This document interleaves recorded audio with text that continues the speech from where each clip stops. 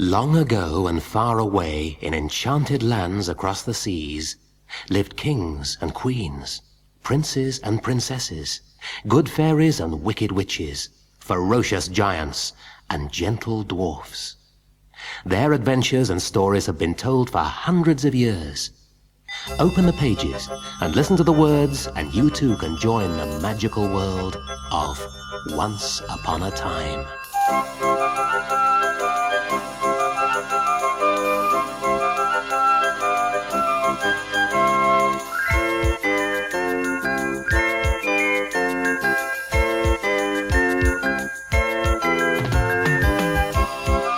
Jack and the Beanstalk.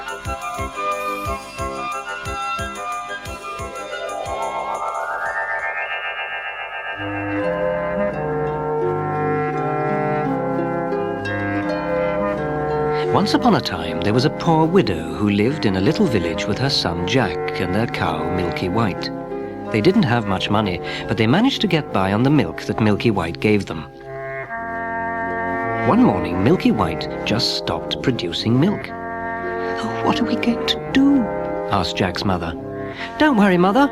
I'll go out and get a job," Jack told her. But he tried that before and not managed to find any work at all. "No," said his mother, "there's nothing for it. We'll have to sell old Milky White.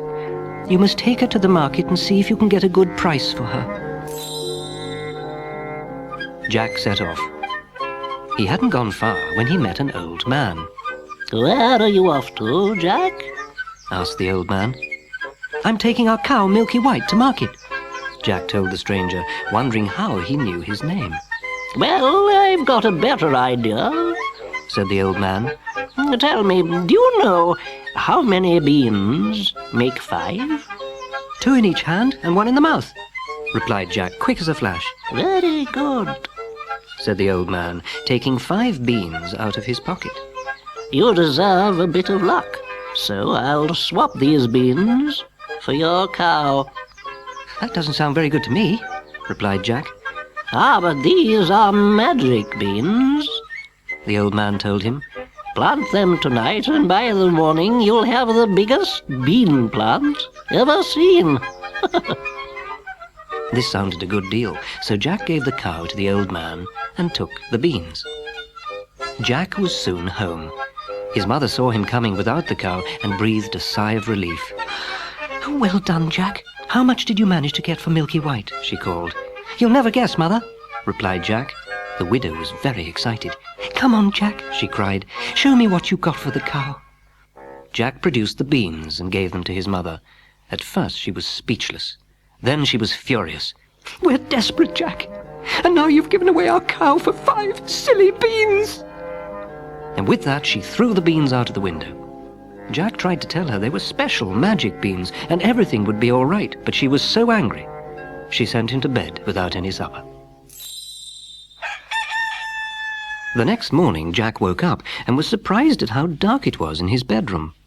He ran to the window, and there, right next to the house, just where his mother had thrown the beans, was the biggest beanstalk he had ever seen. It grew so high into the sky he couldn't even see the top. Jack jumped from his bedroom window onto the beanstalk and started to climb. He climbed up and up and up, right up into the clouds, and then even further.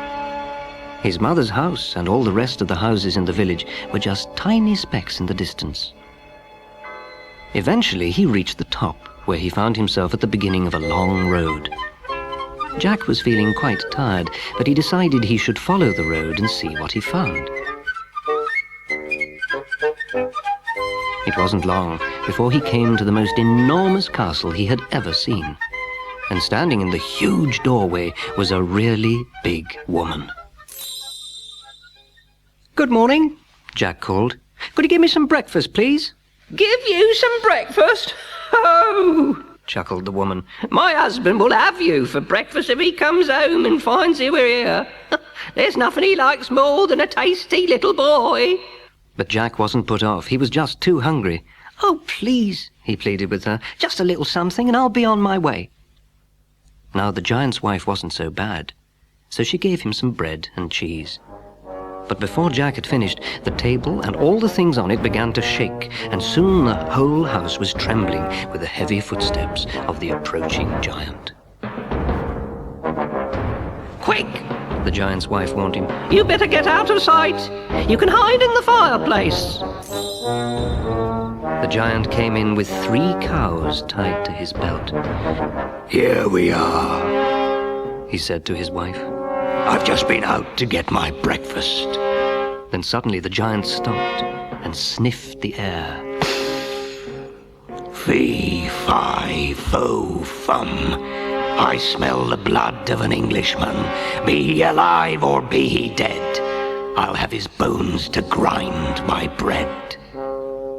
He looked suspiciously at his wife. What's been going on here? He demanded. I can smell a boy somewhere about, and if you're hiding him from me, you'll be in a lot of trouble. You're mistaken, my dear. His wife said, trying to calm him down. Sit down now and I'll get you a tasty breakfast to take your mind off things. Jack was beginning to wish he'd taken the woman's advice and left before the giant arrived. He thought he would slip away while the giant was eating his breakfast, but the giant's wife whispered to him, Stay where you are. After his breakfast, he always has a sleep. And if you're very careful, that will be your chance to get away. When the giant had finished eating, he got up and fetched a bag of gold. He sat counting the gold coins. 1, 2, 3.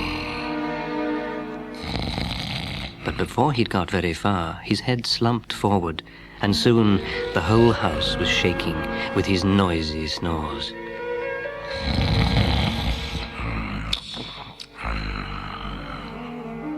Out crept Jack, but before making his escape, he took the bag of gold. Then off he ran as fast as he could down the long road to the top of the beanstalk. He dropped the bag of gold down beside the beanstalk, so it landed in his mother's garden. Then as quickly as he could manage, he climbed down. When Jack got back, he rushed to show his mother the gold coins and tell her all about his adventure at the top of the beanstalk. His mother was delighted with the money. You see, Mother, Said Jack. those beans were magic after all, and look what luck they've brought us. They lived on the gold coins for some time, but eventually they ran out, and Jack decided it was time to make another trip to the giant's castle. Up the beanstalk went Jack, and along the road to the giant's castle. Hello again. Said the giant's wife when she saw Jack. It's strange. On the morning you were last here, a bag of my husband's gold went missing. But Jack was a clever boy, and he managed to persuade her he knew nothing about it. Well, come in, She said. But just then, Jack heard the thundering footsteps of the giant, and the castle began to shake. Jack didn't need telling this time, and he ran to hide in the fireplace. The giant had 3 bulls strung onto his belt by their tails. But as soon as he came into the kitchen, he sniffed the air and began to bellow. Fee, fi, fo, fum. I smell the blood of an Englishman. Be he alive or be he dead, I'll have his bones to grind my bread. Where's that boy? He demanded. I'm sure there's one about. Luckily for Jack, the giant's wife persuaded her husband he was mistaken, and the giant settled down for his hearty breakfast.